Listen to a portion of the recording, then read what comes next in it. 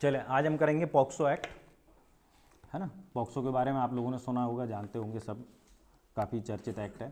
तो पहली बात तो ये कि पॉक्सो आया कहाँ से, कॉन्स्टिट्यूशन का ऐसा कौन सा प्रोविज़न है जहाँ जिसके कारण से पॉक्सो बना।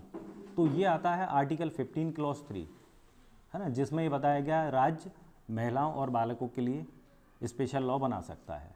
ठीक है, तो आर्टिकल 15 क्लॉज 3, ठीक है ना, एज एन एक्सेप्शन है सेक्शन 15 का जो क्लॉज है, सब सेक्शन 2 है सेक्शन आर्टिकल 15 का, उसके एक्सेप्शन के तौर पर ये आर्टिकल 15 क्लॉज 3 हमें दिया गया है। तो बच्चों के लिए स्पेशल लॉ बनाया जा सकता है। ये लॉ बिल्कुल भी ऐसा नहीं कि आप लोगों के लिए नया हो, ये law total Indian penal code के 3 सेक्शन पर चलता है। सेक्शन 375, ठीक है ना, और 354 A B C D include, और 509। इसमें हमें कुछ शब्द दिए गए हैं जो हम आगे देखेंगे कौन से ऑफेंसेस दिए गए हैं, ठीक है ना। और ये जो पूरा का पूरा एक्ट है, इसमें कुछ चैप्टर डिवाइड है, बहुत ही इंटरेस्टिंग एक्ट है, कॉन्सेप्चुअल एक्ट है। टोटल 18 तक तो जाने के लिए हमें ज़्यादा कुछ करना नहीं है। टोटल कॉन्सेप्चुअल एक्ट है। 18 तक हमें ऑफेंस बताए गए हैं, उसमें पनिशमेंट कितना दिया गया है, ठीक है ना। इसके बाद ये जो 2 चैप्टर हमारे आ जाएंगे, इसके बाद थोड़ा सा आप ध्यान से सुने, इधर हमें करना क्या है। पहले इन्होंने ऑफेंस बताए, बिल्कुल इंडियन पिनल कोड पे ही डिपेंड है, केवल बच्चों के लिए जो सेक्सुअल ऑफेंस बच्चों के साथ में होते हैं उसके लिए स्पेशल बनाया गया है। तो हमें स्पेशल कोड और थोड़ा सा स्पेशल प्रोसीजर इन्होंने अलग से रखा है, बाकी कुछ भी स्पेशल नहीं है। जैसे सीआरपीसी में ट्रायल होती है वैसे ट्रायल होती है, जैसे मामले दर्ज होते हैं, रजिस्टर्ड होते हैं, एफआईआर होती है, सब कुछ वैसे ही चलेगा। इन्वेस्टिगेशन भी वैसे ही होता है, थोड़ा थोड़ा माइनर डिफरेंस है क्योंकि अलग एक्ट है तो कुछ ना कुछ अलग करना पड़ेगा। तो पहले तो हम एक्ट का स्ट्रक्चर समझ लेते हैं। स्ट्रक्चर ये है, पहले चैप्टर में हमें डेफिनेशन क्लॉज दिया गया है, ठीक है ना। सेकेंड जो चैप्टर है हमें उसमें सेक्शन 3 to लेके 18 तक ऑफेंस दिए गए हैं, ठीक है ना, जो भी है चैप्टर। उसके बाद ऑफेंसेस और उसमें पनिशमेंट कितना दिया जाएगा वो दिए गए हैं। इसके बाद इन्होंने बड़ी सिंपल सी बात रखी है, भाई ऑफेंस होगा तो इसके बाद क्या होगा, ऑफेंस के बाद रिपोर्ट होगी। तो रिपोर्ट कैसे होगी, कहाँ होगी, किसको करनी होगी, और इंटरेस्टिंग थिंग किस किस की लायबिलिटी है कि आपको रिपोर्ट करनी ही होगी। ये नई चीज है कि किस किस को रिपोर्ट करनी ही होगी, ठीक है ना। अब रिपोर्ट होगी तो इन्वेस्टिगेशन होगा। जो नेक्स्ट चैप्टर है उसका टाइटल है इन्वेस्टिगेशन, नहीं है उसका टाइटल, लेकिन सेंस उसका यही है कि इन्वेस्टिगेशन कैसे होगा। ड्यूरिंग इन्वेस्टिगेशन जो कुछ भी होता है, सेक्शन 161 सीआरपीसी में जो लागू होती है, सेक्शन 164 लागू होती है सीआरपीसी में, है ना, 164A लागू होता है मेडिकल, इस तरह के केसेस मेडिकल के लिए, नेक्स्ट चैप्टर वो है। तो रिपोर्ट हो गई, ठीक है ना। रिपोर्ट के बाद इन्वेस्टिगेशन हो गया। इन्वेस्टिगेशन के बाद वैसे तो प्रोसीजर आना चाहिए, कोर्ट प्रोसीजर क्या होगा, लेकिन कोर्ट प्रोसीजर आने के लिए कोर्ट होना तो चाहिए, क्योंकि हमें नॉर्मल कोर्ट नहीं चाहिए, हमें स्पेशल कोर्ट चाहिए। तो अगला जो चैप्टर है वो है स्पेशल कोर्ट कैसे एस्टैब्लिश होगा, ठीक है। अब कोर्ट आ गया तो कोर्ट ट्रायल करेगा, तो अगला चैप्टर ट्रायल बाय कोर्ट, किस कौन से प्रोसीजर फॉलो करेगा, तो ये नेक्स्ट चैप्टर आ गया। दिमाग में सेट कर लेना, 3 माइनर एक्ट करने हैं हमें, ज़्यादा नहीं करने, तो ये स्ट्रक्चर आपके दिमाग में सेट हो जाएगा, ठीक है। तो अगला कौन सा आएगा कि कौन सा कोर्ट कौन सी प्रोसीजर फॉलो करेगा। प्रोसीजर वही है, थोड़ी थोड़ी चीज़ें हमें बच्चे के हिसाब से, चाइल्ड के हिसाब से, जो हमारे यहाँ विक्टिम है उसके हिसाब से हमें, जैसे कि अभी आपने कुछ समय पहले वो देखी होगी, एक ही बंदा काफ़ी है, तो उसमें पर्दे के पीछे बाबा बैठे हुए थे, तो इस टाइप की कुछ चीज़ों का पालन हमें करना है, वो प्रोसीजर हमें फॉलो करना है।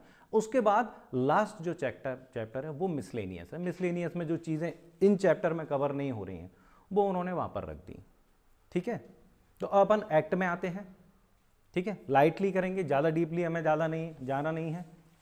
एक्ट में आते हैं हम। एक्ट में जैसे कि हम पहले करते हैं कि एक्ट कब, कौन सा एक्ट है, नाम क्या है ना, और कौन सा नंबर है, यानी कि उस सन में 2012 में कौन से नंबर का एक्ट सेंट्रल गवर्नमेंट ने बनाया था, हमें वो करना है। उसके बाद जो नेक्स्ट चीज़ आती है, इसको प्रेसिडेंट के परमिशन कब मिला और ये कब लागू हुआ। इसमें जो मैंडेट है, बेसिकली इसका जो एक्सटेंड है वो पूरे भारत पर है, क्योंकि अब हमारे यहाँ 2019 में कौन सी डेट थी, 31 अक्टूबर, है ना, 2019 से सारे के सारे एक्ट पूरे भारत पर हमारे लागू हो रहे हैं, ठीक है। यहाँ पर एक क्वेश्चन स्पेशल माइनर एक्ट के संबंध में, स्पेशल या किसी भी एक्ट के संबंध में और बन सकता है ऑब्जेक्टिव से, वो ये होता है कि ये जब बना था एक्ट तब से पूरे भारत पर लागू है या किसी और डेट से, तो ये मेरे ख्याल से जब बना था तब से लागू नहीं है, तो अगली डेट से है ना। तो वो हमें इस बात का ध्यान रखना है कि कौन सा एक्ट हमेशा से लागू है और कौन सा 31 अक्टूबर 2019 के बाद से लागू हुआ, तो इस बात का। वैसे ये बड़ा इंटरेस्टिंग एक्ट है, इसमें जो डेट है इसके कब से इन्फोर्स में आया वो है 14 नवंबर। 14 नवंबर आप जानते हैं बाल दिवस, चिल्ड्रंस डे होता है, चाचा नेहरू का जन्मदिन है, बस 2012 का है, इतना ध्यान रखना। चाचा नेहरू बहुत पहले पैदा हुए थे, ठीक है। चाचा नेहरू को जानते हो तुम? अच्छा फिर ठीक है। तो चिल्ड्रंस डे है 14 नवंबर का हमारे यहाँ, डेट भी याद कर लेना, जीएस में भी काम आएगी तुम्हारे, ठीक है। अब हम आ जाते हैं एक्ट के अंदर। तो इसका डेफिनेशन क्लॉज हमें बहुत डीपली नहीं करना है, क्योंकि इसके डेफिनेशन क्लॉज में ज़्यादातर जो डेफिनेशन दी गई हैं वो हमें ये बताए सेक्सुअल असॉल्ट क्या होता है, पेनिट्रेटिव सेक्सुअल असॉल्ट क्या होता है ना, और सेक्सुअल हैरेसमेंट क्या होता है। ज़्यादातर जो हैं वो हमें करनी नहीं है, क्योंकि हम जब अगला चैप्टर करेंगे तो उसमें ये सब डिफाइन किया गया है, सेक्शन 3 में क्या है, सेक्शन 5 में क्या है, ठीक है, इस तरीके से डिफाइन किया गया। तो डेफिनेशन क्लॉज में यही बताया गया है। अब हमसे कहा जाए सब पेनिट्रेटिव सेक्सुअल असॉल्ट क्या है, तो उन्होंने कहा जो सेक्शन 3 में डिफाइन है। एग्रीवेटेड पेनिट्रेटिव सेक्सुअल असॉल्ट क्या है, जो सेक्शन 5 में डिफाइन है। तो ये डेफिनेशन इस हिसाब से डेफिनेशन क्लॉज की सारी डेफिनेशन हमारे लिए यूजलेस है।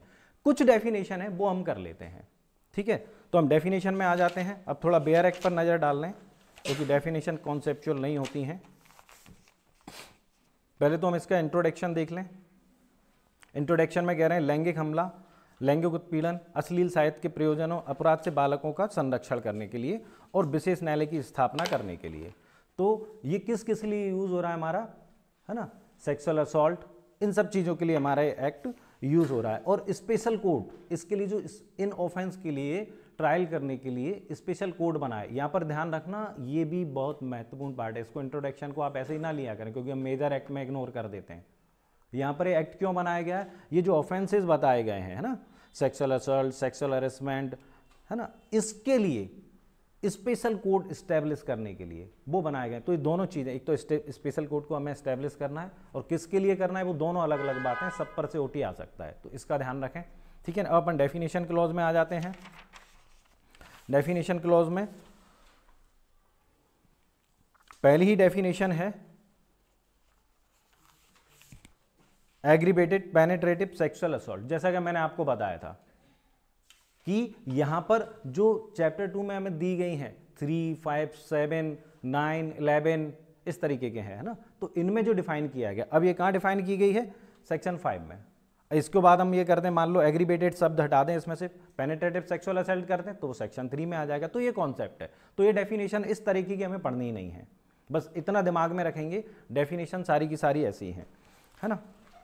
अब नेक्स्ट डेफिनेशन आती है, सी नंबर की देखेंगे, क्योंकि एग्रीवेटेड सेक्सुअल असॉल्ट भी वही है जो सेक्शन 9 में दी गई है। तो हम चैप्टर 2 की डेफिनेशन कर लेंगे जब ऑफेंस को पढ़ लेंगे, तो ये अपने आप ऑटोमेटिकली आपका काम हो जाएगा। अब ये कहते हैं सशस्त्र बल या सुरक्षा बल से संघ के सशस्त्र बल या अनुसूची में यथाविनिर्दिष्ट सुरक्षा बल या पुलिस बल अभिप्रेत हैं। हाँ, तो यहाँ ये जो डेफिनेशन है इसमें केवल उन्होंने कहा संघ के सशस्त्र बल या अनुसूची में यथाविनिर्दिष्ट सुरक्षा बल या पुलिस बल अभिप्रेत है। तो इसमें कौन कौन आता है सशस्त्र बल में और सुरक्षा बल में? तो उन्होंने कहा संघ के सशस्त्र बल सेंट्रल गवर्नमेंट की जितने भी आर्म फोर्स ने वो सब आ जाती हैं, पुलिस बल आ जाता है। एक्चुअल में इसमें एक शेड्यूल भी दिया गया, उसमें यही बताया गया, फोर्स से रिलेटेड ही बताया गया, और वो जो शेड्यूल बनाया गया है वो इसी सेक्शन के लिए बनाया गया है, सेक्शन 2C के लिए, है ना। तो ये भी याद रखना एक अनुसूची है। कई बार ऑब्जेक्टिव ऐसा भी आ जाए कितने चैप्टर, कितने सेक्शन, कितने अनुसूची या शेड्यूल दिए गए, इस टाइप के ऑब्जेक्टिव भी माइनर एक्ट से बन जाते हैं। तो ये जो हमारे यहाँ जो शेड्यूल दिया गया एक ही दिया गया है इसमें, और वो इसी सेक्शन के लिए, तो इसमें भी हमें ज़्यादा कुछ देखना नहीं है। अब आ जाता है मेन सेक्शन इसकी, चाइल्ड। तो ये कहते हैं कौन है ये चाइल्ड? ये कहते हैं जो बिलो 18 ईयर्स है, जिसने 18 वर्ष से कम किया है, कि जिसने 18 वर्ष की आयु पूरी नहीं की है, वो हमारा कौन है? Child children. तो उसके लिए एक्ट बना हुआ है, और इसी प्रोविजन की वजह से इंडियन पिनल कोड में जो हमारा था सब उसका जो एक्सेप्शन था सेक्शन 375 का, एक्सेप्शन नंबर 2, है ना, independent thoughts versus union of India, इसी के सेक्शन की वजह से वहाँ पर प्रोविज़न में वहाँ पर जो 16 साल की उम्र थी, आप अपनी वाइफ के साथ मतलब अगर 16 साल से ऊपर की है तो उसके साथ अगर इंटरकोर्स करते हैं तो रेप की कैटेगरी में नहीं आएगा। वहाँ पर 18 ईयर्स इसीलिए मान के चली जा रही है क्योंकि वो कह रहे हैं जब पॉक्सो में आपने चिल्ड्रन के लिए, बच्चों के लिए जो एज मानी है वो 18 ईयर्स मानी है, तो केवल एक पत्नी होने के कारण, किसी लड़की का पत्नी होने के कारण क्या उसके साथ 18 वर्ष से कम की एज में इंटरकोर्स किया जा सकता है? तो सुप्रीम कोर्ट ने कहा नहीं, अब जो एक्सेप्शन सेकंड है सेक्शन 375 का, उसको 16 ईयर की जगह 18 ईयर्स पढ़ा जाएगा। जबकि अभी संसद ने उसमें संशोधन नहीं किया, इसलिए एक्ट में हमारे क्या लिखा हुआ है 16 ईयर्स, लेकिन अब वो माना क्या जाएगा 18 ईयर्स। ठीक है, ये जो सेक्शन अगला जो डेफिनेशन जोड़ी गई है DA, ये 2019 में जोड़ी गई, यहां पर मेंशन करें 2019 इसी के आगे, ठीक है ना, ये हमें पढ़नी नहीं है। आगे चलते हैं। घरेलू संबंध का वही अर्थ है, तो डोमेस्टिक रिलेशनशिप का क्या अर्थ है जो हमें 2C में बताया गया। डोमेस्टिक वायलेंस एक्ट जो है 2005 का, घरेलू हिंसा से महिलाओं का संरक्षण अधिनियम 2005, इसकी जो सेक्शन है 2C वो F है ना, तो उसमें बताया गया है। ठीक है, वहाँ लाइटली हम उसको अगर समझ लें तो घरेलू संबंध से मतलब होता है, डोमेस्टिक रिलेशनशिप से मतलब होता है जो वहाँ पर दी गई डोमेस्टिक वायलेंस एक्ट में, वो दी गई दो व्यक्तियों की बीच की रिलेशनशिप। हम कब मानेंगे, या तो वो ब्लड रिलेशन हो या एडॉप्टेशन से हो, है ना, विवाह से संबंधित हो, रक्त संबंधित हो, या फिर वो और दूसरी चीज़ वो एक साथ या तो आज रह रहे हैं या रहे हैं। ये बड़ी शर्मिंदगी की बात है कि ये जो ऑफेंसेस होते हैं वो ऑलमोस्ट आपके रिलेशनशिप में ही होते हैं ज़्यादातर। ठीक है ना, इसलिए उन्होंने घरेलू नातेदारी को इसमें इंक्लूड किया है। इससे हम टाइम लगाएंगे कि भाई आप कब से रह रहे थे, कब से। एक्चुअल में ये जो एक्ट है, अब ऐसे लगता है कि मतलब ऐसा नहीं कि आज हुआ तो हम कहेंगे आज से हमारे रिलेशन, हम वहाँ से देखते हैं कि आप कब से आपके बीच में ऐसी रिलेशनशिप, किसी चाइल्ड के साथ में किसी व्यक्ति की ऐसी रिलेशनशिप हो सकती है। तो हम यहाँ काउंट करते हैं कि भाई घरेलू नातेदारी है तो बचपन से ही साथ में रह रहे हैं, 10 वर्ष से रह रहे हैं, 20 वर्ष से रह रहे हैं, 5 वर्ष से रह रहे हैं, तो जहाँ जब से ऑफेंस स्टार्ट होना हुआ तब से काउंट करते हैं। तो घरेलू नातेदारी इसलिए उन्होंने दी है। तो ये जितने भी लोग हैं, और दूसरी चीज़ ऐसा नहीं कि आज आप साथ में रह रहे हैं तो आप डोमेस्टिक रिलेशनशिप में नहीं, आज आप कभी रहे भी हैं तो भी आप डोमेस्टिक रिलेशनशिप में माने जाएंगे, क्योंकि हो सकता है उस वक्त आपने इस प्रकार का कोई ऑफेंस किया हो किसी बच्चे के साथ में घर में। तो इसलिए उन्होंने घरेलू नातेदारी इस वहाँ पर भी यही दिया है कि जो साथ में रह रहे हैं, मतलब ऐसे लोग जो इस तरीके से एडॉप्टेशन से, ब्लड रिलेशन से, विवाह संबंध, किसी भी कारण से दो लोग जो साथ में रह रहे हैं वो या तो आज रह रहे हैं या कभी रह चुके हैं, तो उसको हम बोलते हैं डोमेस्टिक रिलेशनशिप। क्योंकि हमें ये नहीं चाहिए कि आज रह रहे हैं, जो रह चुके हैं वो भी इसमें आएंगे, क्योंकि हम ये डेफिनेशन दे इसलिए रहे हैं कि हम कैसे कैसे ये बता सकते हैं कि हाँ आपने घर में ऑफेंस किया। ठीक है, तो आ गया। फिर जो नेक्स्ट डेफिनेशन है वो वही है जो मैंने आपको बताया। और प्रिस्क्राइब्ड से क्या है, तो प्रिस्क्राइब्ड बाय रूल, ये हमेशा एक ही डेफिनेशन रहती है कि भेद से क्या विपरीत है, तो जो नियमों द्वारा विहित है, धार्मिक संस्था को छोड़ दें, है ना। और लैंगिक हमला, फिर वही चैप्टर सेकंड वाली लैंगिक उत्पीड़न, चैप्टर सेकंड वाली, ये मैं केवल यहाँ पर टाइटल देखना है, बाकी तो वो अभी हम चैप्टर सेकंड करेंगे तो सब क्लियर हो जाएगा। अब आती है साझी गृहस्थी, है ना। साझी गृहस्थी भी हमें वहीं मिल जाती है, कहाँ पर, डोमेस्टिक वायलेंस में, वो भी उसी की जो 2F है उसकी डेफिनेशन उसी से निकलती है। साझी गृहस्थी से मतलब है कि जहाँ गृहस्थी, जहाँ अपराध से आरोपित व्यक्ति बालक के साथ घरेलू नातेदारी में रहता है या रह चुका है, तो वो साझी गृहस्थी है। साझी गृहस्थी मतलब कंबाइंड फैमिली में आप रह रहे हैं या रह चुके हैं। रह चुके हैं वाले को हम क्यों इंक्लूड कर रहे हैं, क्योंकि जब आप रहे होंगे शायद तब आपको ऑफेंस करने का अवसर मिला होगा, तो इसलिए हमें लेना पड़ेगा। और ये जो लाइन है जो रह रहे हैं रह चुके हैं, वो ऊपर की जो डेफिनेशन है डोमेस्टिक वायलेंस एक्ट की सेक्शन 2F में, उसमें ये लाइन स्पष्ट रूप से लिखी हुई है। ठीक है ना। और यहाँ पर मेन जो कंटेंट है देखने वाला, वो आपका आ जाता है इस डेफिनेशन में, जो आरोपित व्यक्ति, अपराध से आरोपित व्यक्ति, यानी कि ये जो डेफिनेशन दी गई है वो किस सेंस में दी गई, किसके संदर्भ में दी गई है, अपराध से आरोपित व्यक्ति के संबंध में, एक्यूज्ड के संबंध में, है ना कि विक्टिम के संबंध में। जबकि और जो डेफिनेशन है उसमें उन्होंने ऐसा कुछ भी मेंशन नहीं किया, तो इस बात को भी ध्यान में रखना। ठीक है। स्पेशल कोड सेक्शन 28 में जब हम उस चैप्टर में जाएंगे जो मैंने बताया था, इन्वेस्टिगेशन के बाद स्पेशल कोर्ट का आएगा। हाँ, तो स्पेशल कोर्ट सेक्शन 28 में एस्टेब्लिश होता है, जो राज्य सरकार स्थापित करेगी उच्च न्यायालय की सहमति से। ठीक है, फिर आता है विशेष लोक अभियोजक, स्पेशल पब्लिक प्रोसिक्यूटर। तो ये कहाँ आ जाएगा, सेक्शन 32 में डिफाइन किया गया है। उसका कैसे इसको अपॉइंट करेंगे वो वहीं पर हम सेक्शन 32 में पढ़ेंगे, यहाँ पढ़ने की ज़रूरत नहीं है।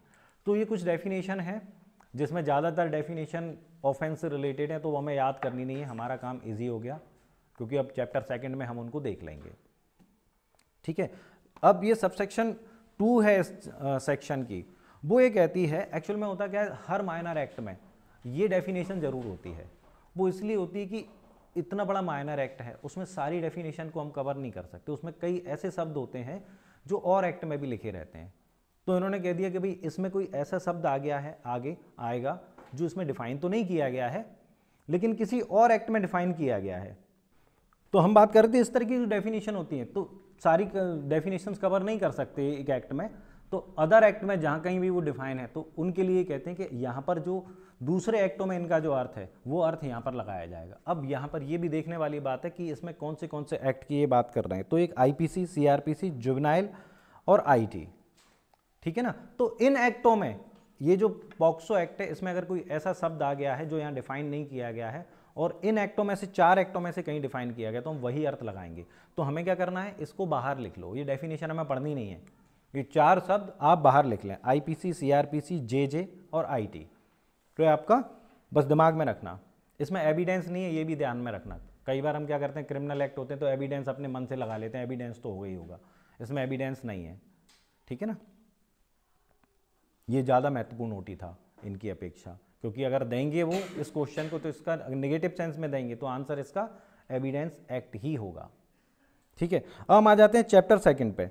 चैप्टर 2 जो हमारा चलेगा वो कहाँ से कहाँ तक चलेगा, हाँ 3 से 12। बेसिकली जो ऑफेंस हमें दिए गए हैं वो दिए गए चैप्टर 2, 3 और 4 में, लेकिन हम उसको अलग तरीके से देखेंगे, हमें इससे मतलब नहीं, हम तो ये देखेंगे 3 to 18 हमें ऑफेंस दिए गए हैं, यद्यपि उन्होंने उसको 3 चैप्टर में अलग अलग डिफाइन कर दिया गया है।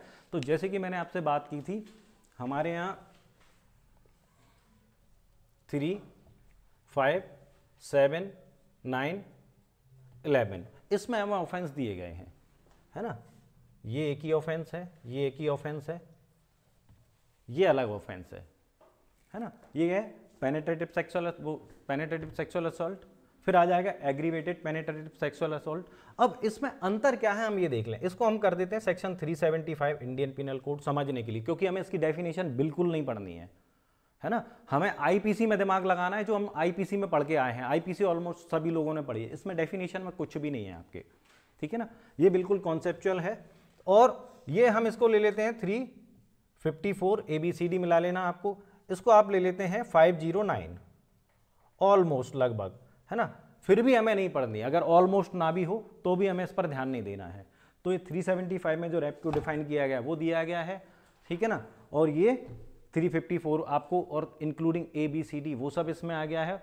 और 509 में जो छेड़छाड़ के मामले आते हैं, सीटी बजाना, है ना, गाने गाना, ये सब इसमें कवर हो जाएगा। तो ये हमें बताया गया है इसमें।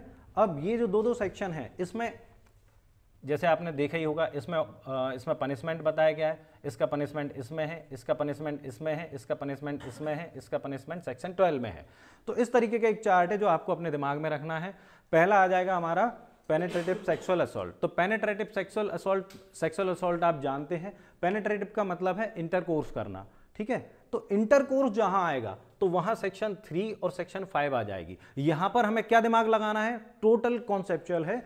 इसमें हमें अपराध के बारे में डिफाइन किया गया कौन सा ऑफेंस है सेक्शन 3 में, उसके बाद जो अगली सेक्शन है 4, ठीक है ना, उसमें बता दिया है उन्होंने पनिशमेंट। तो इसमें हमें 2 पनिशमेंट देखने पड़ेंगे, 10 ईयर्स टू लाइफ इम्प्रीजमेंट, ठीक है।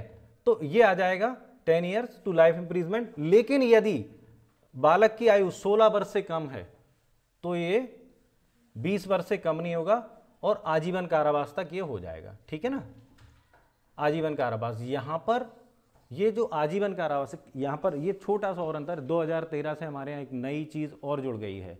जो लाइफ इम्प्रीजमेंट है पहले तो हम ये मानकर चलते हैं, गोपाल विनायक गॉडसे जो केस था उसमें बताया गया था कि हाँ आजीवन कारावास का मतलब मृत्यु तक जेल में है, ठीक है ना। लेकिन अब हमें लाइफ इम्प्रिजमेंट जहाँ जहाँ लिखा है ऑलमोस्ट जगह, खासतौर से इस तरीके के ऑफेंस में, सेक्सुअल ऑफेंस में, उसमें एक शब्द उन्होंने और जोड़ दिया, ठीक है ना। वो क्या जोड़ दिया, उन्होंने पूरा सेंस उन्होंने क्या कर दिया कि खत्म ना होने वाले, समाप्त ना होने वाले, यानी कि आखिरी तक इसमें तुम्हें क्षमादान वगैरह कुछ भी नहीं, आखिरी तक तुम्हें जेल में ही रहना है। इस तरीके के शब्द उन्होंने जोड़ दिया, जो सेक्शन इसमें तो नहीं जोड़ा है, लेकिन अगर 16 वर्ष से कम आयु के बालक के साथ अगर आप इस तरीके कोई ऑफेंस करते हो तो वो यहां पर जुड़ गया है, ठीक है। तो पहला ऑफेंस कौन सा है हमारा, penetrative sexual assault, Indian penal code section 375 ही है। ओवरऑल डेफिनेशन पढ़ने की इसमें ज़रूरत नहीं है आपको। उसका पनिशमेंट दिया गया सेक्शन 4 में, जो हमें बताया गया सेक्शन 10 वो 10 वर्ष से कम नहीं होगा और आजीवन कारावास तक होगा, और अगर 16 वर्ष से कम आयु के बालक के साथ करते हैं तो 20 वर्ष से कम नहीं होगा और आजीवन कारावास तक ये हो सकेगा, ठीक है ना। अब आ जाता है एग्रीवेटेड पेनेट्रेटिव सेक्सुअल असॉल्ट। तो एग्रीवेटेड ऐसा कुछ भी स्पेशल नहीं है, इसमें यह बताया कि अगर आप हीनियस ऑफेंस करते हैं या ऐसे सर्कमटेंसेस में करते हैं जो ज़्यादा खतरनाक है ना, या बार बार करते हैं किसी व्यक्ति के साथ में सेक्सुअल असॉल्ट, इस तरीके का पेनेट्रेटिव सेक्सुअल असॉल्ट, तो उन्होंने एग्रीवेटेड शब्द का यूज़ किया है ये सेम टू सेम सेक्शन 3 में जो बताया गया। अब यहाँ पर हमें कुछ चीज़ों को विशेष तौर पर ध्यान देना है, वो कौन से हम कम मानेंगे। तो एक तो जो उसमें सेक्शन 376 में पनिशमेंट के लिए बताई गई इंडियन पिनल कोड में कि आप अपने अधीन जो हैं, जैसे पुलिस स्टेशन में कोई ऑफेंस करते हैं, कारागार में ऑफेंस करते हैं, इस टाइप से अगर आप ऑफेंस करते हैं तो वो एग्रीवेटेड हो जाएगा। लेकिन ये महत्वपूर्ण ये है कि अगर आप किसी व्यक्ति, जो इंपॉर्टेंट फैक्ट है वो है, अभी अपन देख लेंगे, टिक कर लेंगे एक्ट में कहाँ है, हमें केवल वो देखना है। एक्ट में हमें बताया गया, एक जगह बताया गया, यदि आप 12 वर्ष से कम आयु के व्यक्ति के साथ सेक्शन 3 वाला ऑफेंस करते हैं, पेनेट्रेटिव सेक्सुअल असॉल्ट करते हो, तो वो एग्रीवेटेड पेनेट्रेटिव सेक्सुअल असॉल्ट माना जाएगा। तो कैसा, 12 वर्ष से कम आयु के बालक के साथ। दूसरा, बार बार करते हैं, है ना, गैंग रेप करते हैं, तो ये क्या माना जाएगा, penetrative aggravated penetrative sexual assault. इसके बाद किसी गर्भवती स्त्री के साथ में करते हैं या किसी को गर्भवती बना देते हैं, ठीक है ना, तो ये भी एग्रीवेटेड पेनेट्रेटिव सेक्सुअल असॉल्ट के अंतर्गत आएगा।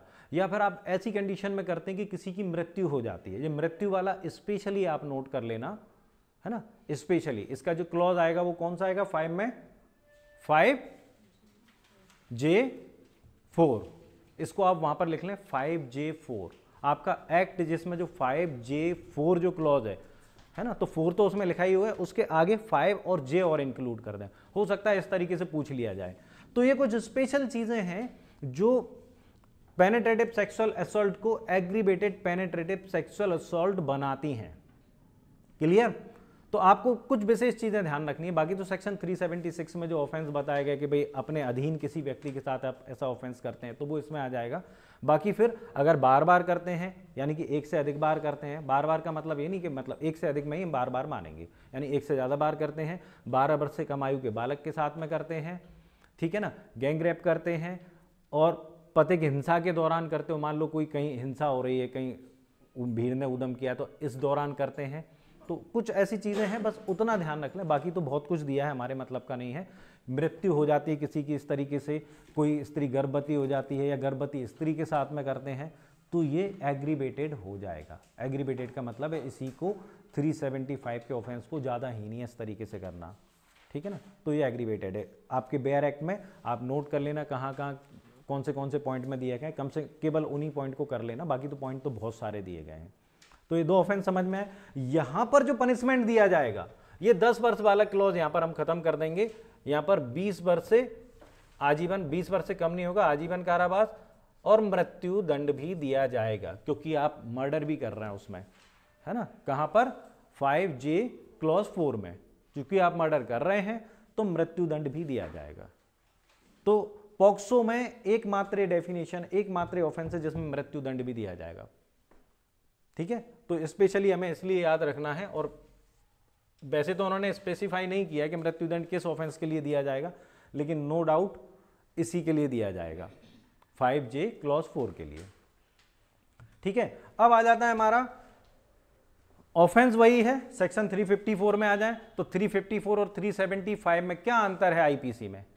केवल पेनेट्रेशन का, इंटरकोर्स का अंतर है, बाकी तो कुछ अंतर नहीं है। ठीक है, तो 354 में हमें सेक्शन 7 में क्या बताया गया है? Sexual assault.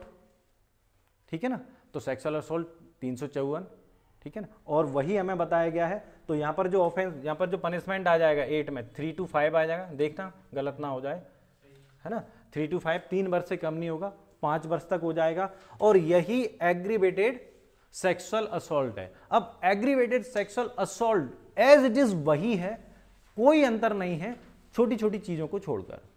ठीक है ना, एक मृत्यु, ठीक है ना, किसी को छेड़छाड़ के मृत्यु तो किसी की हो नहीं सकती। ठीक है, तो इस तरीके से मृत्यु कारित वो वाला शब्द हट जाएगा, यानी कि उसमें 2 क्लॉज हट जाएंगे। जो हमारे यहाँ सेक्शन था ना 5J4, उसमें से 4 हट जाएगा। एक पॉइंट और भी है उसमें, शायद वो है जो गर्भवती बना देते, तो वो भी हट जाएगा, क्योंकि इसमें गर्भ धारण तो नहीं हो सकता 354 में। तो इस तरीके से इससे रिलेटेड जितने भी पॉइंट हैं वो इसमें से हटा दिए गए हैं। बाकी 12 वर्ष से कम आयु वाला, बार वाला, है ना, और ये सब क्लॉज उसमें है। तो उसकी भी डेफिनेशन हमें हर जगह पढ़ने की जरूरत नहीं है, केवल एक जगह हम पढ़ लेंगे 5 में, उसी से हमारा काम चल जाएगा। ठीक है, क्योंकि वो सारे के सारे क्लॉज वो ही हैं जो हटा दिए गए, उसको हमें देखना है, बाकी कोई मतलब नहीं है। यहां पर आ जाएगा 5 से 7, 5 वर्ष से कम नहीं होगा, किंतु 7 वर्ष तक हो सकेगा, और फाइन तो जो लगना है लगना ही है। ठीक है ना। अब 509 में क्या होता है? मतलब अश्लील शब्द उच्चारित करना, किसी को देखकर गाने गाना, छेड़छाड़ करना, पीछे कर, तो ये सब हमारे 509 में आ जाएगा। ठीक है, उसके लिए हमारे पनिशमेंट क्या दिया गया है? 3, ओनली 3 ईयर्स। फाइन तो है ही ना यार, फाइन सब में है। फाइन का बताएंगे, जहां फाइन नहीं होगा वहां बताएंगे कि यहाँ फाइन नहीं है, फाइन सब में है। ठीक है, हाँ, बिना पैसे के कुछ होता है क्या? ठीक है, तो ये हमारा चैप्टर कौन सा था? 2। ठीक है, तो ये चैप्टर ही खत्म हुआ है, ऑफेंस खत्म। यहां आपको ज्यादा दिमाग लगाने की जरूरत नहीं है। हो सकता है कुछ लोग ऐसे हम डेफिनेशन पढ़ने की जरूरत, डेफिनेशन में से ऑब्जेक्टिव बनने नहीं है आपके। इतना दिमाग रखें कि पेनेट्रेटिव क्या होता है, सेक्सुअल असॉल्ट क्या होता है, और सेक्सुअल हैरेसमेंट क्या होता है। ठीक है ना, तो ये मैं सेक्सुअल हैरेसमेंट बताया। इसके बाद जो हमारा नेक्स्ट चैप्टर आ जाता है, इसमें इतना ही करना है, बस पनिशमेंट पर ध्यान रखना। नेक्स्ट चैप्टर आ जाता है, वो कौन सा आ जाता है हमारा? चैप्टर 3। तो चैप्टर 3 में हमें ये देखना है, ये हम थोड़ा सा डीपली पढ़ेंगे, ये पढ़ने लायक है। इसमें से ऑब्जेक्टिव ऐसे हैं, क्योंकि हम ये नहीं कह सकते 375 है ना, 354 है सब, ये भी कॉन्सेप्चुअली।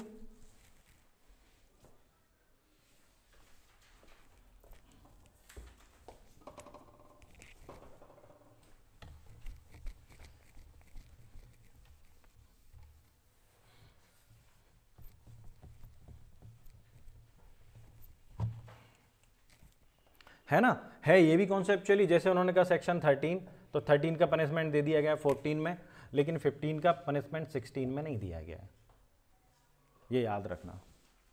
ठीक है, और नेक्स्ट चैप्टर जो आएगा फिर उसमें 16, 17 और 18 आ जाएगा। तो इसको थोड़ा सा हमें देखना पड़ेगा, इसमें क्या क्या आता है, बाकी किसी में हमें कुछ नहीं देखना। तो कहते हैं अश्लील प्रयोजनों के लिए बालकों का उपयोग। ये कहते हैं जो कोई किसी बालक का मीडिया के, जिसमें टेलीविज़न चैनल, इंटरनेट या कोई अन्य इलेक्ट्रॉनिक प्रारूप, मुद्रित प्रारूप या प्रसारण कार्यक्रम, विज्ञापन, चाहे ऐसे कार्यक्रम या विज्ञापन का आशय व्यक्तिगत उपयोग या वितरण के लिए हो या नहीं, सम्मिलित है, किसी प्रारूप में लैंगिक परितोषण के प्रयोजनों के उपयोग करता है ना। पहले तो इसमें देखिए लैंगिक पारितोषिक, यानी कि इसमें इकोनॉमी आ गई, मतलब पैसा कमाना, पारितोषण वो आ गया। उसके लिए आप यूज कर रहे हैं। वो कैसे कर रहे हैं? किसी बालक की जन्नेंद्रियों का प्रतिदर्शन करना, किसी बालक का उपयोग वास्तविक या नकली लैंगिक कार्यों में प्रवेशन के साथ या उसके बिना, है ना, विद और विदाउट पेनेट्रेशन यूज करना, या किसी बालक का अशोभनीय अश्लील प्रतिदर्शन करना। यानी कि हम किसी बालक की कुल मिलाकर जो वीडियोग्राफी होती है, पोर्नोग्राफी होती है, उसमें यूज कर रहे हैं। सिंपल थिंग, पोर्नोग्राफी में हम इसका यूज़ कर रहे हैं बालक को डायरेक्ट, तो उसमें उसके लिए सेक्शन 13 में बताया गया है। पोर्नोग्राफी किस में आ जाएगी? सेक्शन 13 में। तो इसका एक्सप्लेनेशन करने की ज़रूरत नहीं है। ऑफेंस के लिए पनिशमेंट बताया गया है सेक्शन 14 में, तो ये बता रहे हैं 5 वर्ष से कम नहीं होगा, ठीक है। लेकिन अगर आप रिपीटेशन करते हैं तो क्या होगा, 7 वर्ष से कम नहीं होगा। तो पोर्नोग्राफी का जो पनिशमेंट बताया गया 13 का 14 में, वो क्या बताया, 5 वर्ष से कम नहीं होगा, और रिपीटेशन की कंडीशन में 7 वर्ष से कम का नहीं होगा। लेकिन क्लॉज 2 एक अलग बात करता है, यदि अश्लील कृत्यों में प्रत्यक्ष रूप से भाग लेकर, ठीक है, प्रत्यक्ष रूप से भाग लिया जाता है, तो जो पनिशमेंट होगा वो जितने ऑफेंस अभी हमने बताए हैं, अगर प्रत्यक्ष रूप से भाग ले रहे हैं तो नो डाउट आप वही कर रहे हैं जो ऑफेंस हमें बताए गए हैं 3 में, 5 में, 7 में, 9 में, यही कर रहे हैं ना आप। चाहे जबरदस्ती, क्योंकि इस एक्ट में इंटरेस्टिंग चीज़ ये कि इसमें कंसेंट का तो मैटर आता ही नहीं है, तो चाहे आप जबरदस्ती करें चाहे उसको मनाकर करें, कन्वेंस करके करें, कोई फ़र्क नहीं पड़ता। तो इसलिए अगर ये कह रहे हैं कि अगर आप प्रत्यक्ष रूप से भाग लेकर ये काम कर रहे हैं बालक के साथ में, तो फिर ये वही ऑफेंस होगा जो 3, 5, 7, 9 में लिखा हुआ है, ठीक है ना। तो ऐसी स्थिति में पनिशमेंट भी वही होगा जो 3, 5, 9, 7 में लिखा हुआ है, ये हमें बताते हैं। तो प्रत्यक्ष रूप से भाग लेकर यदि पोर्नोग्राफी की जाती है तो उसमें पनिशमेंट वही होगा जो 3, 5, 7, 9 में जो ऑफेंस बताए गए हैं वो, क्योंकि कंसेंट यहाँ मायने नहीं रखती है। अब आता है बालक को सम्मिलित करने वाली अश्लील सामग्री के भंडारण के लिए दंड। तो ठीक है, इसमें कुछ स्पेशल नहीं है, हम इसको भी डीपली नहीं पढ़ रहे हैं। टाइटल याद करें तो बालक को सम्मिलित करने वाली, यानी कि आप किसी बालक का चित्रण करके, है ना, किसी का फोटो वगैरह लगा के किसी को इस तरह की सामग्री, डॉक्यूमेंट वगैरह इस तरीके का भंडारण कर रहे हैं, विज्ञापन वगैरह लगा रहे हैं, कुछ भी कर रहे हैं, तो वो भी अपने आप में एक ऑफेंस है, भंडारण कर रहे हैं। तो उसके लिए इन्होंने पनिशमेंट दिया है 5,000 से कम नहीं है या 10,000 से।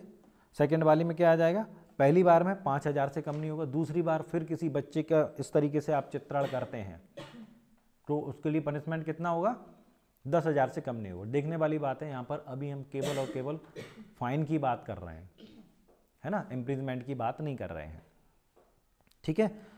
अब दूसरी बात आती है सबसेक्शन 2, यहाँ पर ये इम्प्रिजमेंट की भी बात कर रहे हैं, तो इसको हम पढ़ेंगे। कोई व्यक्ति जो बालक को सम्मिलित करने वाली सामग्री, अश्लील सामग्री का रिपोर्टिंग के प्रयोजनों के सिवाय जो भेद किया जाए, किसी भी समय किसी भी रीति में पारिशल, प्रदर्शन या प्रचार, वितरण करता है या न्यायालय में उसका साक्ष्य के रूप में उपयोग करता है, तब ये पनिशेबल ऑफेंस होगा जो 3 वर्ष तक के कारावास से पनिशेबल होगा, इम्प्रिजमेंट दिया जाए। यहाँ पर क्या हो गया, अभी हम जो कर रहे थे केवल हम स्टोरेज कर रहे थे, अभी हमने कुछ किया नहीं है। बेसिकली स्टोरेज भी कोई व्यक्ति क्यों करेगा, इसीलिए करेगा कि मैं इसका आगे जाके डिस्ट्रीब्यूशन करूं, प्रचार प्रसार करूं, है ना, उससे फ़ायदा कमाऊं। लेकिन हुआ ये कि हमने उसको स्टोरेज की कंडीशन में ही पकड़ लिया कि आपने अपने पास चीज़ें रखी हुई हैं, तो केवल फाइन लगेगा।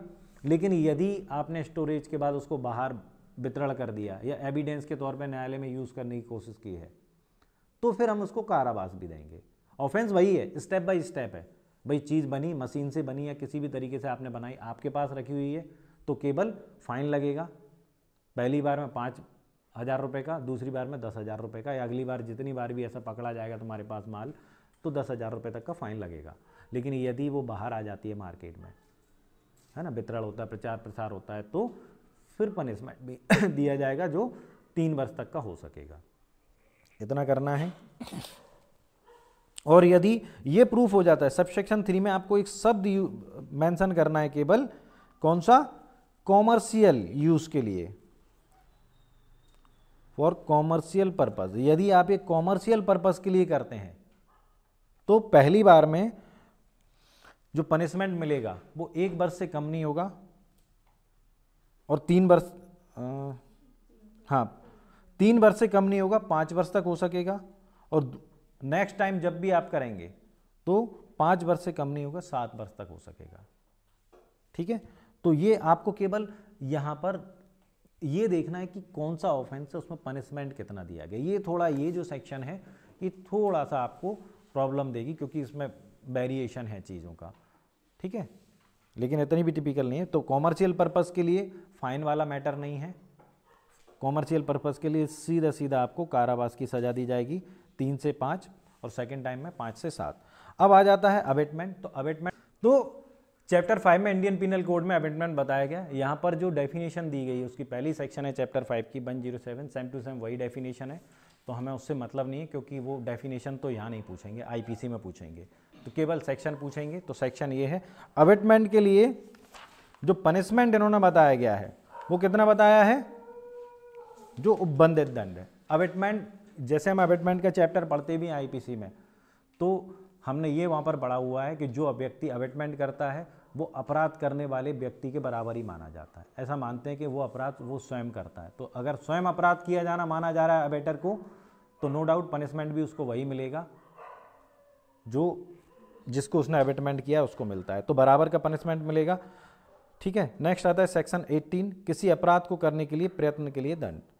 तो यदि प्रयत्न की बात आ जाती है तो प्रयत्न के लिए हमें आईपीसी में सेक्शन 511 में कितना पनिशमेंट दिया गया है, उस अपराध का आधा, चैप्टर 23 इंडियन पिनल कोड, और प्रयत्न के लिए कितना पनिशमेंट दिया गया है, जो भी उसमें ऑफेंस बताया गया है उसका आधा, मृत्युदंड को और जुर्माने की सजा को छोड़कर। तो इम्प्रीजमेंट चाहे वो लाइफ इम्प्रीजमेंट हो चाहे नॉर्मल इम्प्रीजमेंट हो, कितना पनिशमेंट देंगे, आधा। तो यहां पर हमारे पनिशमेंट खत्म होते हैं पनिशमेंट से रिलेटेड। तो पनिशमेंट से रिलेटेड हमारे पास क्लॉज थे चैप्टर 3, चैप्टर 4, चैप्टर 5, तो ये 5 चैप्टर 4, हाँ 2, 3, 4 सॉरी, है ना, चैप्टर 2, चैप्टर 3, चैप्टर 4। सेक्शन है 3 to 18। इसमें ऑलमोस्ट सेक्शन में, एक सेक्शन में हमें ऑफेंस बताया गया, दूसरे सेक्शन में हमें पनिशमेंट बताया गया, जस्ट लगी हुई सेक्शन। केवल कुछ सेक्शन ऐसी हैं इसमें जिसमें ये कॉन्सेप्ट काम नहीं करता, सेक्शन 15 और सेक्शन 18। सेक्शन 15 और सेक्शन 18 दो ऐसी सेक्शन हैं जिसमें री वाला कॉन्सेप्ट काम नहीं करता। बाकी आपको किसी भी सेक्शन की डेफिनेशन पढ़ने की जरूरत नहीं, क्योंकि सारी डेफिनेशन आईपीसी की हैं और उनसे क्वेश्चन बनने वाला नहीं, और बनेगा तो आप कॉमन सेंस पर लगा देना, इंडियन पिनल कोड की डेफिनेशन है ना। जो आपको वो एग्रीवेटेड जो शब्द बताया था उसमें जरूर देख लेना कि एग्रीवेटेड क्या होगा, तो उसके लिए हम पहले ही कर चुके हैं। क्या क्या किया था, एक तो 12 वर्ष से कम आयु का बालक, है ना, रिपीटेशन, है ना, गैंगरेप, मृत्यु, हाँ एक उसमें मृत्यु भी आ जाएगी सेक्शन 5 में, ठीक है ना। तो इस तरीके से गर्भवती करना, ये सब कॉन्सेप्ट हैं, तो वो पेनिट्रेटिव मतलब एग्रीवेटेड माना जाएगा। तो अभी जैसे कि हमने स्टार्टिंग में बात की थी कि भाई ये जो एक्ट है पूरा का पूरा बड़ा कॉन्सेप्चुअल है। पहले ऑफेंस हुआ, अब ऑफेंस हुआ तो उसकी रिपोर्ट भी की जाएगी। रिपोर्ट के लिए फिर नेक्स्ट चैप्टर है, अब कौन सा चैप्टर आएगा, चैप्टर 5। तो रिपोर्ट कैसे की जाएगी, कहां की जाएगी, कौन करेगा, और रिपोर्ट करना मैंडेटरी है या नहीं, ये यहां पर बड़ी बात है। ऐसा नहीं कि जैसे अब नॉर्मल है भाई हमारे पास कोई ऑफेंस हो रहा है, हम नहीं कर रहे रिपोर्ट, हमें क्या करना है ना, लेकिन यहां ऐसा नहीं है। कुछ लोगों के लिए बाउंडेशन है कि आपको रिपोर्ट करनी पड़ेगी। तो कैसे करेंगे, कहां करेंगे, इसके संबंध में हम तुम थोड़ा सा देख लेते हैं। तो चैप्टर 5 अपराधों की रिपोर्ट करना, तो यहां पर कोई भी व्यक्ति रिपोर्ट कर सकता है, वैसे भी जो हीनियस ऑफेंस होते हैं उसकी रिपोर्ट कोई भी कर सकता है, इसमें कोई नई बात नहीं है। तो यहां पर कोई भी व्यक्ति रिपोर्ट कर सकता है और बालक स्वयं भी कर सकता है। जिसको आशंका है कि कोई अपराध किए जाने की संभावना है या जानकारी रखता है कि अपराध किया गया है, वह निम्नलिखित को ऐसी जानकारी दे। तो पहले तो यहाँ पर पॉसिबिलिटीज पर भी रिपोर्ट हो रही है। अगर आपको लगता है कि किसी बालक के साथ में ऑफेंस होने वाला है, नॉर्मली हम कहते हैं जब तक अपराध हुआ नहीं तब तक रिपोर्ट नहीं होगी, यहाँ पर संभावनाओं पर भी रिपोर्ट हो जाती है। तो वो कौन कर सकता है, कोई व्यक्ति कर सकता है, स्वयं बालक भी कर सकता है, संभावना पर हो सकती है, और ऑफेंस हो चुका है तो आप कर ही सकते हैं। तो ये इसमें कोई नई बात नहीं है, केवल पॉसिबिलिटीज़ की बात नहीं थी। दूसरी चीज़ आ जाती है कहाँ करेंगे, तो नॉर्मल पुलिस को तो अपन कर ही सकते हैं। यहाँ पर ए और बी करके दिए, तो ये कहते हैं स्पेशल जुवेनाइल पुलिस यूनिट, है ना, विशेष किशोर पुलिस यूनिट जो भी है उसको भी कर सकते हैं, और नॉर्मल जो लोकल पुलिस है उसको तो कर ही सकते हैं। यानी कि आपका जो थाना है जो भी लगता है जुरिस्डिक्शन, उसको तो हम कर ही सकते हैं। इसमें नई चीज़ कौन सी आ गई, स्पेशल जुवेनाइल पुलिस यूनिट, है ना, विशेष किशोर पुलिस यूनिट। तो दो शब्द हमें याद करने हैं, तो उसको कर सकते हैं। रिपोर्ट दी जाएगी तो उसमें क्या प्रोसेस अपनाई जाएगी, उसमें एक प्रविष्टि संख्यांक अंकित होगी और लेखबद्ध की जाएगी। तो नॉर्मली जो रिपोर्ट लिखी जाती है वैसी लिखी जाती है, सूचना देने वाले को पढ़कर सुनाई जाएगी, पुलिस यूनिट द्वारा रखे जाने वाली पुस्तक में प्रविष्ट की है। तो ये सीआरपीसी वाला ही प्रोसीजर है, इसमें कुछ नया नहीं है, ठीक है ना। रिपोर्ट देंगे तो नो डाउट जो रिपोर्ट की डायरी होगी उसमें नंबर डाला जाएगा, ठीक है ना। और FIR में जैसे 154 में सूचना देने वाले को पढ़कर सुनाई जाती है, उसकी कॉपी दी जाती है, यहाँ पर भी दी जाएगी, तो उसमें कुछ स्पेशल नहीं है, तो इसको इग्नोर करें, बाकी चीज़ें छोड़ने कोई मतलब नहीं है। सेक्शन 5 पे आ जाएं। सबसेक्शन 5, सबसेक्शन 5 कहता है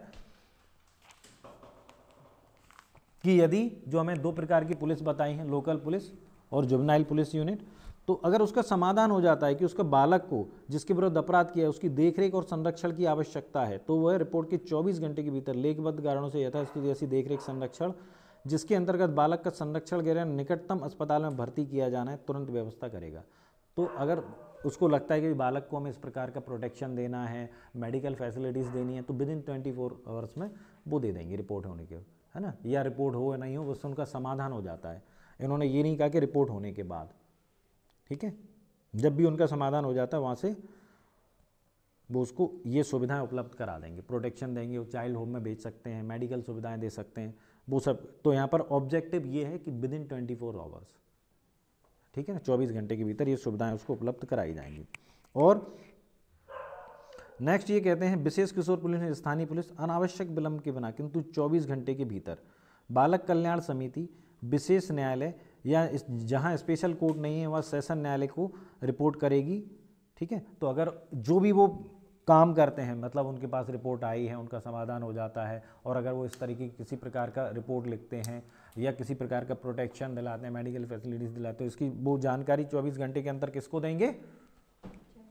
बालक कल्याण समिति, विशेष न्यायालय और जो स्पेशल कोर्ट, अभी हमारा जो सेक्शन 28 में हम इस्टेब्लिश करेंगे स्पेशल कोर्ट, डेफिनेशन क्लॉज में देखा था ना, उसको यदि वो नहीं है तो स्पेशल कोर्ट होता क्या है? सेशन कोर्ट, है ना। स्पेशल कोर्ट क्या है? Session court. अभी हम यही पढ़ेंगे, सेशन न्यायाधीश, है ना, अपर सेशन न्यायाधीश को हम स्पेशल कोर्ट बना देंगे। तो अगर वो नहीं है, स्टेबल नहीं किया गया, स्टेब्लिश नहीं है, तो हम किसको जानकारी देंगे? ये लोग कौन देगा? पुलिस, दोनों प्रकार की पुलिस, ठीक है ना। चलें सेक्शन 7 छोड़ें। वैसे उसमें ये बताया कि कोई गुड फेथ में अगर किसी प्रकार की जानकारी देता है और वो झूठी निकलती है तो उसके लिए हम कोई कार्रवाई नहीं करेंगे। आपने किसी व्यक्ति के खिलाफ किसी को गुड फेथ में पुलिस को जानकारी दे दी कि भाई ये व्यक्ति ऐसा ऑफेंस कर रहा है या कर चुका है, करने वाला है, बाद में ये सब चीज़ें गलत निकली, तो हम ये नहीं कहेंगे तुमने किसी पर झूठा इल्ज़ाम लगाया, गुड फेथ में अगर उसने किया है, ठीक है ना। अब ये तो हो गई भी रिपोर्ट हम कहाँ करेंगे। अब रिपोर्ट करेगा कौन? अभी तो हमने देख लिया कोई व्यक्ति मैंडेटरी नहीं था, उसके ऊपर कोई दबाव नहीं था कि वो करेगा ही करेगा। लेकिन अब हम देखते हैं सेक्शन 20, मामले की रिपोर्ट करने के लिए मीडिया, स्टूडियो या फोटो चित्र सुविधाओं की बाध्यता। यहाँ पर ऑब्लिगेशन आ गया, ठीक है ना। ये लोग जो हैं वो करेंगे ही करेंगे। एक्चुअल में जितने भी हैं होटल्स हैं, है ना, जितनी भी ऐसी जगह चल रही हैं जहाँ पर बच्चों को ले जाकर ये सब ऑफेंस किए जा सकते हैं और वो संस्थागत तौर पर काम कर रहे हैं, इंस्टीट्यूशन के तौर पर काम कर रहे हैं, है ना, शॉप के तौर पर काम कर रहे हैं, व्यापारिक तौर पर काम कर रहे हैं, वहाँ पर बच्चों को लेके जाया जा सकता है। साइबर कैफ़े हैं, इस तरीके की जगह, है ना, कुछ भी ऐसा है जहाँ पर बच्चों के साथ ये सब किया जा सकता है, तो वो सारे नाम इसमें दिए हैं। तो उसके लिए उन्होंने नाम तुम लोग पढ़ लेना, सेक्शन वाइज ज़्यादा महत्वपूर्ण है। तो जो भी ऐसी चीज़ हैं जहाँ पर भी ये सब हो सकता है वहाँ उनके लिए ऑब्लिगेशन है कि वो यहाँ पर रिपोर्ट करेंगे ही करेंगे, और अगर वो नहीं करते हैं तो उसके लिए सेक्शन 22 में पनिशमेंट भी बताया गया है। एक्चुअल में सेक्शन 19 और सेक्शन 20 और 21 में दो ऐसे लोग बताए गए हैं जो बाध्य हैं रिपोर्ट करने के लिए, और अगर वो नहीं करते हैं तो 20 और 21 के बाद सीधी जो सेक्शन है 22 वो उन्हीं के लिए बनाई गई है। उनको पनिशमेंट दिया जाएगा कि आपने रिपोर्ट क्यों नहीं की, ठीक है ना। ये ऑब्लिगेशन है, तो ऑब्लिगेशन अगर है, बाध्यता है, तो उसके लिए पनिशमेंट तो रखना पड़ेगा ना। बिना दंड के कौन अपने कार्य कर्तव्यों का पालन करेगा? नहीं। देख लेते हैं पहले तो इसमें ये मीडिया, होटल, लॉज, अस्पताल, क्लब, स्टूडियो, फोटो चित्रण, कुल मिला के जहाँ पर भी, ये कॉमन सेंस की बात है, इसको पढ़ने की जरूरत नहीं है, जहाँ पर भी ये ऑफेंस किए जा सकते हैं, साइबर कैफे वगैरह, वाट एवर जो कुछ भी ऐसी जगहें हैं, ठीक है, तो वो लोग सूचना देंगे जो वहाँ कर जो एडमिनिस्ट्रेशन संभाल लें। अब आता है 21, मामले की रिपोर्ट करना या अभिलिखित करने में विफल रहने के लिए दंड। अच्छा वो ठीक है, इसमें तो ये कहते हैं 1920, अच्छा 19 को भी ले लिया उन्होंने। 1920 के अधीन किसी अपराध की जाने रिपोर्ट में विफल रहता है कोई व्यक्ति, तो उसके लिए पनिशमेंट देंगे ये 6 मास तक का कारावास। 6 मास तक का कारावास दिया जा सकता है 19 और 20 में, अगर आपको रिपोर्ट करने के लिए बाध्यता और आप नहीं देते हो तो। और यदि कंपनी या किसी सबसेक्शन 2 कंपनी या किसी संस्था चाहे जिस नाम से भी ज्ञात हो का भार साधक कोई व्यक्ति अपने नियंत्रण के अधीन, कुल मिला के कंपनी या संस्था है उसका जो भार साधक है, इंचार्ज है, मैनेजर है ना, हेड है, ठीक है ना, उसकी नॉलेज में है और वो, लेकिन कब, जबकि उसकी नॉलेज में चीज़ होनी चाहिए और वो नहीं देता है तो उसके लिए पनिशमेंट ज़्यादा है, ठीक है, उसके लिए पनिशमेंट है 1 वर्ष, 1 वर्ष तक का उसको कारावास दिया जा सकता है। तो सेक्शन 20, जैसे मान लो होटल है, होटल का मैनेजर है या कोई और वर्कर है, वो चुपचाप से ऐसे काम करवा देता है तो उसको पनिशमेंट कितना मिलेगा, 6 महीने। लेकिन मैनेजर है या मालिक है, उसकी नॉलेज में अगर बात की भाई यहाँ ऐसा हुआ तो उसको पनिशमेंट कितना मिलेगा, 1 वर्ष तक। अब आ जाता है 22, तो 22 मिथ्या परिवाद या मिथ्या सूचना देने के लिए दंड। तो जैसे अभी हमने बात की थी, अगर गुड फेथ में इंफॉर्मेशन दी जाती है तो फिर वो पनिशेबल नहीं है, आपको छोड़ दिया जाएगा। लेकिन आपने गुड फेथ में ना देकर जानबूझकर किसी को परेशान करने के लिए, किसी को बदनाम करने के लिए, अपमानित करने के लिए कोई इन्फॉर्मेशन किसी को दे दी है, पुलिस को दे दी है कि भाई ऐसा ऑफेंस हो रहा है या हो सकता है, होने की संभावना है, किया जा चुका है, ऐसी स्थिति में वो पनिशेबल ऑफेंस है, ऐसी इन्फॉर्मेशन पनिशेबल होगी, जिसके लिए पनिशमेंट कितना दिया जाएगा, 6 मास, ठीक है ना। लेकिन किसी बालक पर कोई दंड आरोपित नहीं किया जाएगा, सबसेक्शन 2, ठीक है, छोड़ दें बाकी। मीडिया के लिए प्रक्रिया, तो यहां पर जो मीडिया के प्रोसीजर की बात कर रहे हैं वो बात कर रहे हैं, चलो पढ़ते हैं। कोई व्यक्ति किसी प्रकार से मीडिया या स्टूडियो या फोटो चित्रण संबंधी सुविधाओं से जो कोई पूर्ण या अधिप्रमाणित सूचना रखे बिना किसी बालक के संबंध में कोई रिपोर्ट नहीं करेगा, ना कोई कमेंट करेगा, टीका टिप्पणी करेगा, ठीक है ना, जिससे उसकी ख्याति, हनन या निजता का अतिलंघन होता हो। तो कोई भी अधिप्रमाणित, पूर्ण या अधिप्रमाणित सूचना रखे बिना कोई भी मीडिया किसी बालक के संबंध में किसी प्रकार का, वैसे तो ये टोटली रिस्ट्रिक्टेड है, आप बालक के संबंध में ऐसा कर ही नहीं सकते, है ना, किसी के साथ में भी नहीं कर सकते। इंडियन पिनल कोड की सेक्शन 228A है ना, मना करती है। उसमें तो ये तक लिखा हुआ है कि यदि भी सुप्रीम कोर्ट और हाई कोर्ट ऐसा कर सकते हैं, लेकिन सुप्रीम कोर्ट ने कह दिया कि प्रोविजन होने के बावजूद हम भी नहीं कर सकते, उन्होंने खुद को भी इस लिस्ट से बाहर कर दिया। तो प्रचार प्रसार तो हो ही नहीं सकता। लेकिन इसका जो सेकंड का जो क्लॉज है, प्रोविजो, वो कहते हैं परंतु ऐसे कारण से अभिलिखित किए जाएं, अधिनियम के अधीन मामलों का विचारण करने के लिए सक्षम विशेष न्यायालय ऐसे प्रकटन के लिए अनुज्ञात कर सकेगा यदि उसकी राय में ऐसा प्रकटन बालक के हित में है। इन्होंने एक प्रोविज़न दे दिया है, लेकिन इसका कोई ज़्यादा मतलब नहीं है। तो यदि इस तरीके के ऑफेंस के बारे में मीडिया को जानकारी देनी है तो वो किसके परमिशन से कर सकते हैं, विशेष न्यायालय। और विशेष न्यायालय से परमिशन कब देगा, जब वो बालक के हित में है, बच्चे के हित में है। ये क्लॉज 2 का प्रोविजो है। और क्लॉज 4 कहता है यदि कोई इस रूल का उल्लंघन करता है, इस रूल का मतलब ये रिपोर्ट करते हैं 1 और 2 का, तो उसको पनिशमेंट दिया जाएगा, 6 मास से कम नहीं होगा, 1 वर्ष तक का हो सकेगा, ठीक है। बालक के कथनों को अभिलिखित करने के लिए प्रक्रिया, जैसे कि हमने बात की थी। अब ऑफेंस आए, ऑफेंस के बाद रिपोर्ट हुई, रिपोर्ट से रिलेटेड सारी चीज़ें हमने देख ली। रिपोर्ट के बाद सीधा प्रोसीजर तो चलता नहीं है कि आप कोर्ट में जाके कॉग्निजेंस लेने लिया और काम ट्रायल चालू हो गई, नहीं, पहले इन्वेस्टिगेशन होता है। इन्वेस्टिगेशन थोड़ा सा अपन CRPC को डिस्कस करेंगे इन्वेस्टिगेशन के लिए। तो इन्वेस्टिगेशन के लिए पुलिस जो इन्वेस्टिगेशन करती है वो 161 में करती है, स्टेटमेंट वगैरह लेती, मतलब प्रोसीजर तो बहुत है, प्रोसेस बहुत है, लेकिन ऑलमोस्ट जो स्टेटमेंट वगैरह लेती है वो 161 के स्टेटमेंट लिखती है CRPC में, ठीक है ना। और इस तरीके के ऑफेंसेज में 164 में 2 शब्दों को यूज़ किया गया, कन्फेशन और स्टेटमेंट।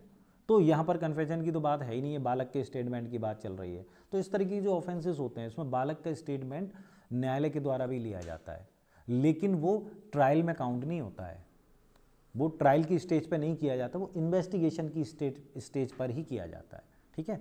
तो एक तो ये हो गया, पुलिस इन्वेस्टिगेशन करेगी, और एक कौन इन्वेस्टिगेशन करेगा, पुलिस स्टेटमेंट लेगी, और एक स्टेटमेंट लेगा 164 में मजिस्ट्रेट, ठीक है।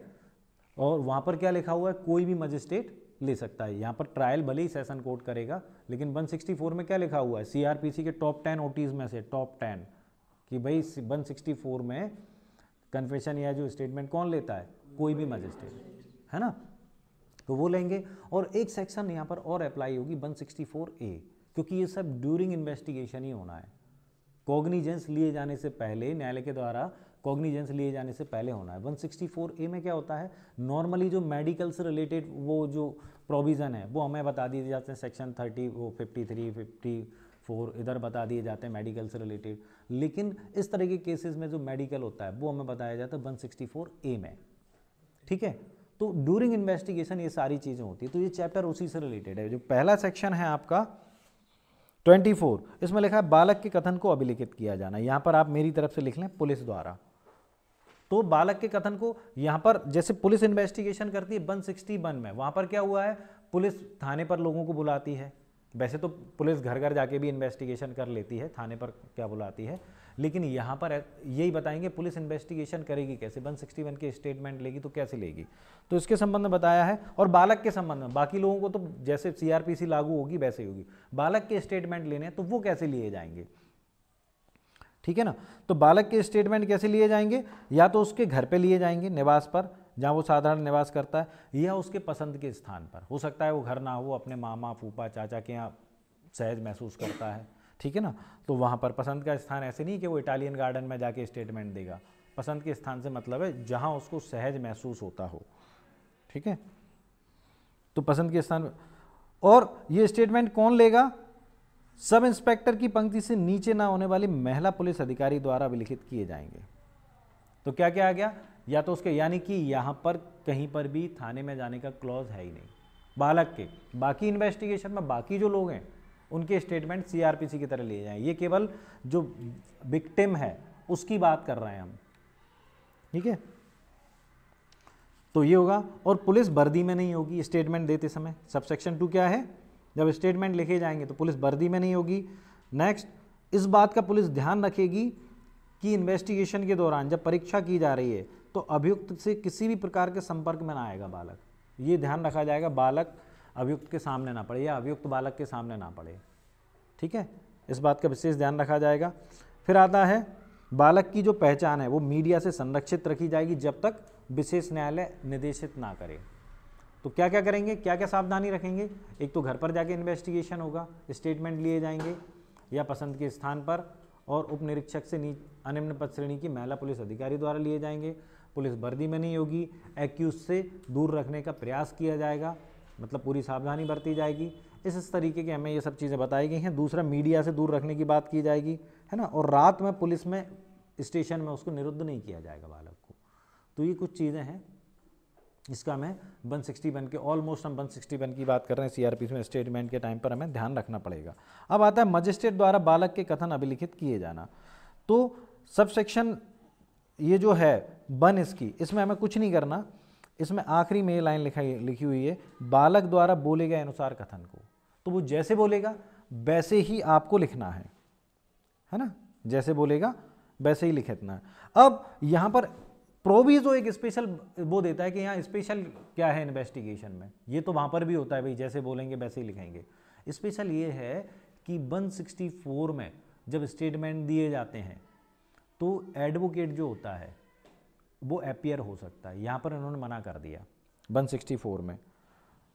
यह क्या 164 के प्रोविजन में क्या बताया, प्रथम परंतु के अंतर्विष्ट उपबंध जहाँ तक वह अभियुक्त की अधिवक्ता की उपस्थिति अनुज्ञात करते हैं इस मामले में लागू नहीं होगा। एक्चुअल में जब 164 में स्टेटमेंट लिए जाते हैं तो वहाँ पर कोर्ट क्या करता है, या तो कोर्ट रूम में अपने अलग चला जाता है, या जो है ना अपने केबिन में चला जाता है, या फिर कोर्ट रूम में से सबको निकाल देता है। वहाँ केवल एक्यूज्ड, वो विक्टिम, और विक्टिम का और एक्यूज्ड का अधिवक्ता वहाँ पर रहते हैं। इन्होंने कह दिया नहीं, पॉक्सो में ये सब नहीं चलेगा, एक्यूज्ड का जो वकील है वो यहाँ पर नहीं होगा, वो जो प्रोविज़न है वो हटा दिया, यही स्पेशल है, ठीक है ना, 164 के स्टेटमेंट में, ठीक है।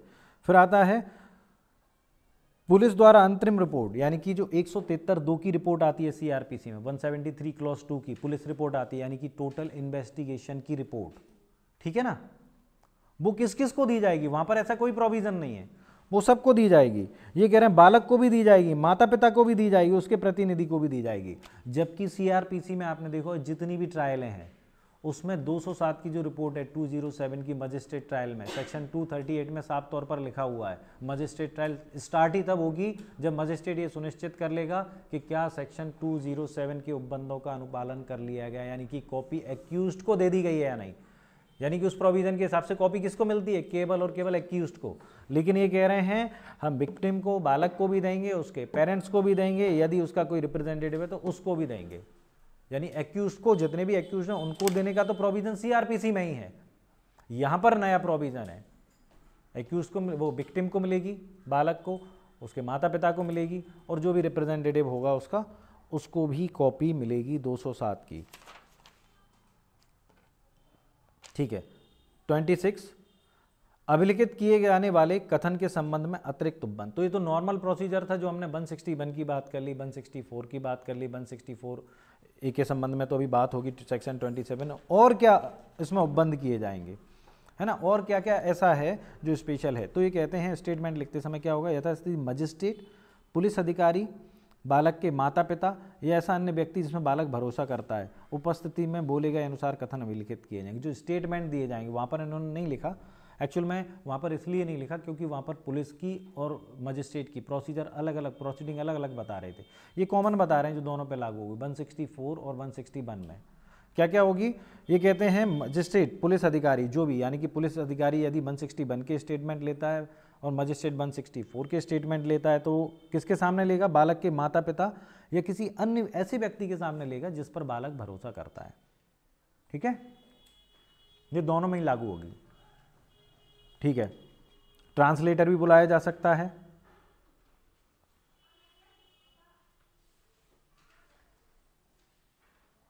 सबसेक्शन 3 इसका महत्वपूर्ण है।